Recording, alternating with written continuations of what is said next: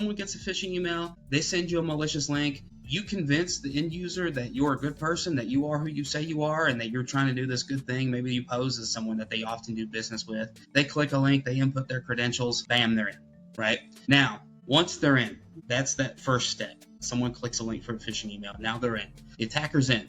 They're going to hang out. They're going to start performing reconnaissance. Because now that they've got credentials, they've got access into the environment, they need to figure out what all they can touch, what all they can access within that environment. Yeah, and where everything is located, right? Like if it's a flat organization and there's not a lot of hierarchy in the technology, they'll be able to access things by just moving this way.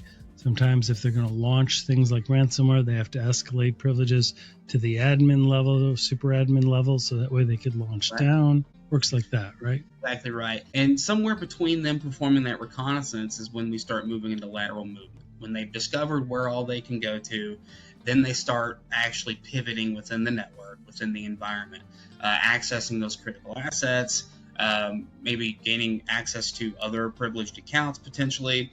And then at that moment is when we move into privilege escalation. So now, they're moving on to the asset that they wanted. Let's say it's a file server.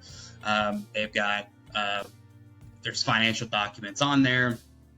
They need to log in as potential domain admin or something of that nature. And they were able to escalate their privileges to a super user, like you mentioned.